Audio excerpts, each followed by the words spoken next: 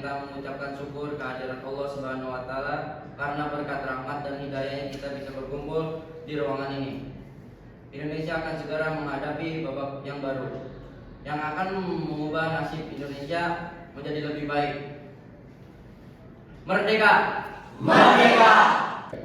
Maka dalam kesempatan ini kita akan menentukan dasar negara yang tepat untuk sebangsa kita yang tercinta ini. Saya selaku Ketua BPUPKI dengan ini menyatakan membuka rapat penetapan dasar negara secara resmi.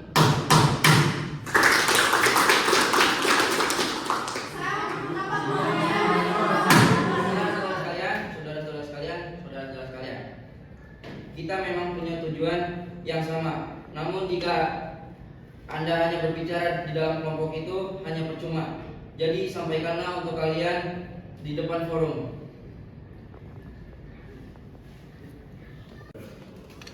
Saya memiliki usulan. Indonesia merupakan negara yang kaya akan tradisi dan budaya. Jadi saya harapkan kita bisa memiliki dasar negara yang mampu mewakili keberagaman yang ada di Indonesia. Saya setuju. Memang seharusnya Indonesia memiliki ideologi yang mampu mempersatukan seluruh pihak. Saudara-saudara, saya telah mendengarkan beberapa usulan saudara-saudara sekalian. Saya telah menyimpulkan apa dasar yang cocok untuk negara tercinta kita.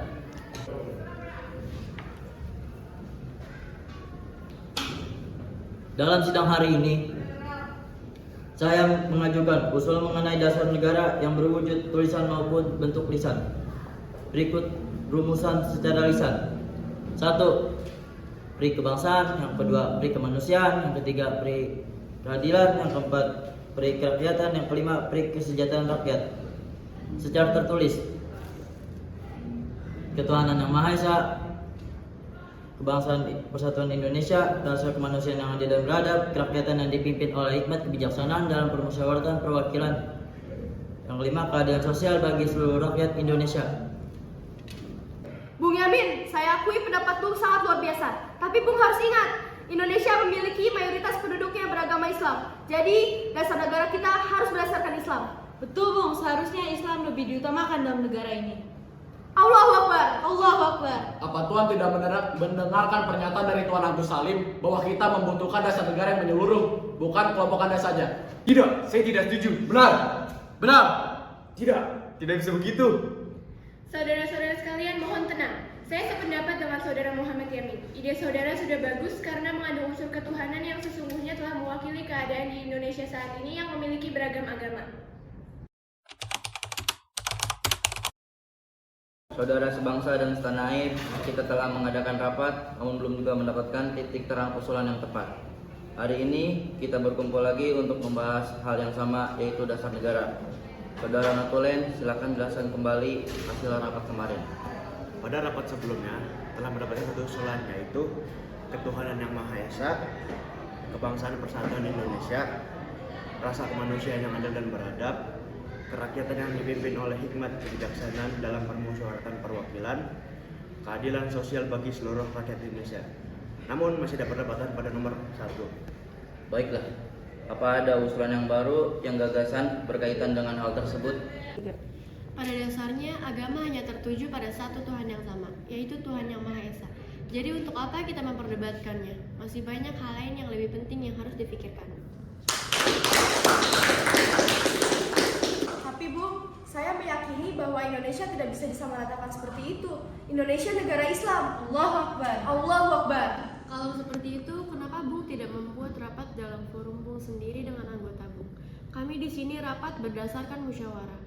Apabila Bung tidak bisa menahan ego kelompok Bung, silahkan. Pintu keluar sebelah sana. Saudara sekalian, Anda telah mendengar pernyataan dari Muhatta. Tidak ada lagi gunanya lanjutkan rapat ini dengan ego. Baiklah, ada yang memiliki usulan lagi? Saudara-saudara, saya ingin menyampaikan ide untuk dasar negara kita tercinta ini. Yang pertama, persatuan. Kedua, kekeluargaan. Ketiga, keseimbangan lahir dan batin. Keempat, musyawarah. Dan kelima, keadilan rakyat.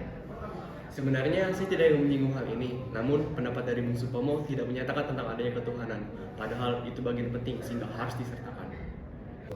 Terima kasih saudara-saudara sekalian telah tenang. Kita telah berkumpul di ruangan ini selama 3 hari. hanya untuk membahas dasar negara. Kita masih belum mampu menghasilkan dasar negara yang baik dan cocok untuk negara kita yang tercinta ini. Setiap kelompok rapat masih saja egois dan lebih mementingkan kepentingan golongannya dibanding kepentingan umum. Kita tidak bisa seperti ini. Untuk itu, izinkan saya untuk menyampaikan usulan saya tentang dasar negara yang akan saya bacakan berikut ini. Kita telah berjuang melawan penjajah. Kita telah bersatu untuk memperjuangkan tanah air tercinta. Maka haruslah kita tanamkan rasa persatuan pada diri generasi-generasi kita.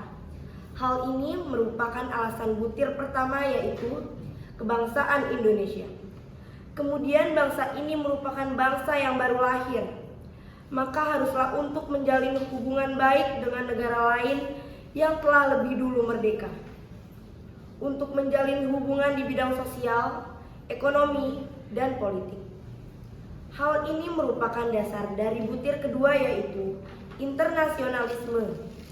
Budaya dalam negara kita adalah merembukan suatu masalah secara bersama-sama demi mencapai jalan keluar. Hal ini menjadi alasan butir ketiga, yaitu mufakat.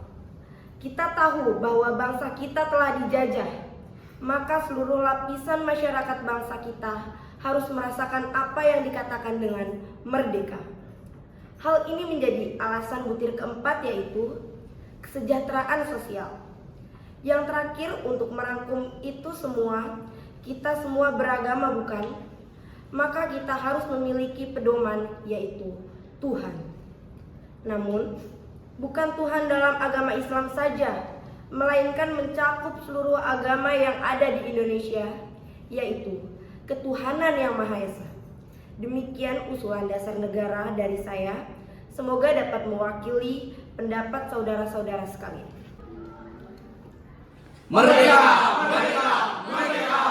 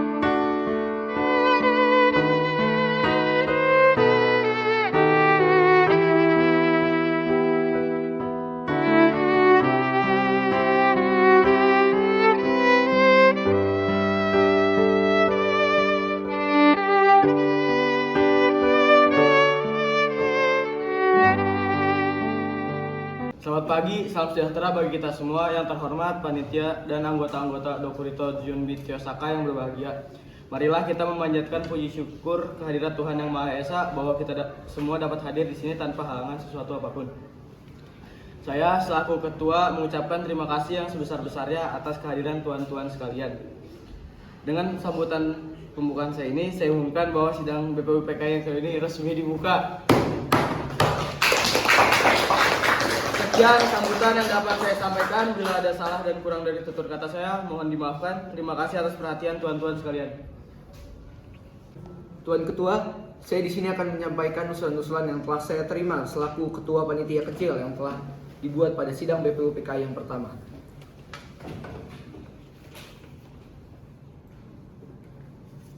Usulan-usulan yang dapat saya terima adalah: 1. Usulan mengenai dasar negara. 2. Mengenai unifikasi atau federasi. 3. Tentang keuangan. 4. Tentang agama dan negara. 5. Tentang pembelaan negara. 6. Tentang warga negara. 7. Tentang bentuk negara dan kepala negara. 8. Tentang daerah. Dan yang ke-9 adalah meminta merdeka selekas-lekasnya. Paduka Tuan Ketua, saya juga akan mengumumkan bahwa adanya tambahan anggota baru, yaitu Abdul Fatah Hasan, Asiki Natanegara, Suryo Hadi Mujojo, Muhammad Nur Besar, dan Abdul Kafar.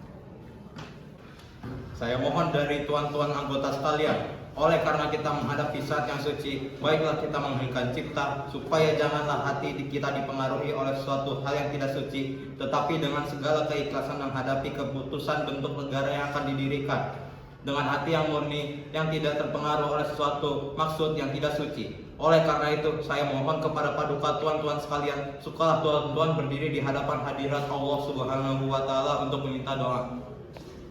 Usul itu kita turuti dan saya minta marilah kita menginginkan cipta supaya mendapat pikiran yang suci dan murni dalam pemeliharaan. Bagi anggota yang muslim, mari kita membaca Al-Fatihah untuk memulai persidangan BPUPKI yang kedua ini. Sedangkan yang non-muslim berdoa sesuai keyakinan masing-masing. Berdoa mulai Al-Fatihah. Mari kita mulai pemungutan suara dengan cara voting. Mengapa harus dengan cara voting? Mengapa tidak musyawarah mufakat saja? Karena dengan voting kita bisa memutuskan masalah dengan adil. Kita juga dapat menghemat waktu karena kita tidak mengeluarkan kata yang tidak penting.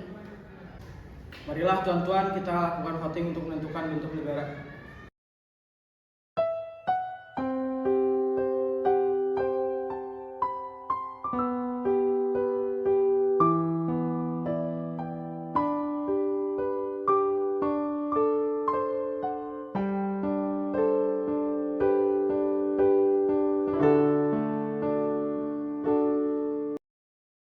Tuan Ketua, kami sudah mengetahui bahwa ada 64 sistem. Yang memilih Republik ada 55 sistem, Kerajaan 6, lain-lain 2, dan Belangko 1.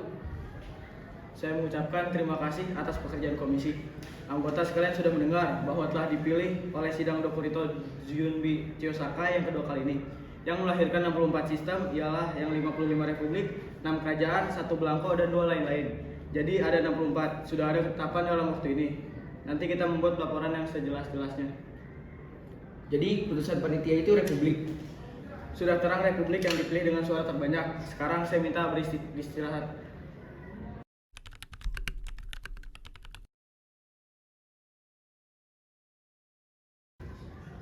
Maka apabila bangsa Indonesia pada masa ini mempunyai ketinggian kehendak dan kemauan dan menjunjung tinggi apa yang angan-angankan, hendaklah sanggup pula mengakui bahwa tanah Melayu itu sebagian dari tanah air kita. Tanah Papua itu sumber kekayaan kita. Janganlah sumber kekayaan yang diwariskan oleh nenek moyang kita hilang dengan sia-sia belaka. Oleh karena itu, saya setuju bahwa dalam menentukan batas halaman tanah air kita hendaklah berpikir dengan sebaik-baiknya. Janganlah didasarkan pada soal apakah kita sanggup atau tidak sanggup, tetapi pula apakah akan timbul kesanggupan akan merdeka atau tidak. Soal lain pula berhubungan dengan tanah Papua. Memang hal ini dalam ilmu pengetahuan, etologi, bahasa, geografi ada yang menyebutkan bahwa Pulau Papua tidak masuk tanah Indonesia. Tapi faham ini hanyalah dilahirkan oleh orang-orang yang mengarang buku yang bersangkutan. Tapi ada juga faham-faham lain yang mengatakan bahwa seluruh Papua masuk Indonesia. Perkataan Indonesia dibuat oleh orang yang mempunyai faham yang mengatakan bahwa Indonesia melingkungi daerah Malaya dan Polinesia. Jadi dengan sendirinya pada waktu perkataan Indonesia lahir dimaksudkan bahwa tanah Papua masuk dalam daerah Indonesia. Dalam ilmu strategi, langkah besar bagi kedua-duanya untuk menjaga sisi masing-masing. Artinya kalau kita melihat batas kita di timur ke Pulau Timur, saya setuju sekali dengan anggota yang terhormat Mohyamin, yaitu agar pulau itu dimasukkan dalam lingkungan kita. Terletak Indonesia Baru, begitu pula Borneo Utara, di mana terletak Sarawak dan juga negara Papua bukanlah kita meminta, tetapi hal itu beralaskan kebangsaan. Jikalau peperangan sudah berakhir dan kemenangan akhir telah tercapai, kita dapat melengkapkan aturan-aturan itu menjadi aturan-aturan yang sesuai dengan keadaan zaman pada waktu itu. Dengan permintaan Indonesia merdeka ialah seluas Indonesia Belanda dahulu. Jikalau kemenangan akhir telah tercapai dan ada permintaan yang nyata dari Malaya Selatan, Borneo Utara, bahwa rakyat di situ merasa juga ingin masuk ke dalam lingkungan kita, maka dengan senang hati mereka akan kita terima sebagai bangsa kita di dalam Indonesia merdeka. Bagaimana jikalau kita menambahkan Malaya? Ya, kita juga harus menambah Borneo Utara supaya masuk dalam wilayah Indonesia.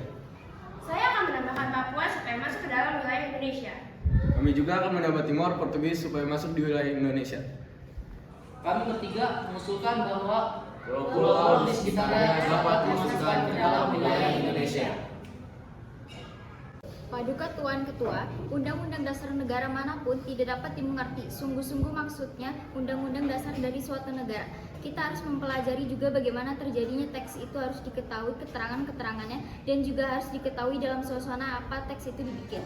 Dengan demikian kita dapat mengerti apa maksudnya. Undang-undang yang kita pelajari, aliran pikiran apa yang menjadi dasar undang-undang itu. Oleh karena itu, segala pembicaraan dalam sidang ini yang mengenai rancangan-rancangan undang-undang dasar ini sangat penting oleh karena segala pembicaraan di sini menjadi material, menjadi bahan historis, bahan interpretasi untuk menerangkan apa maksud undang-undang dasar ini.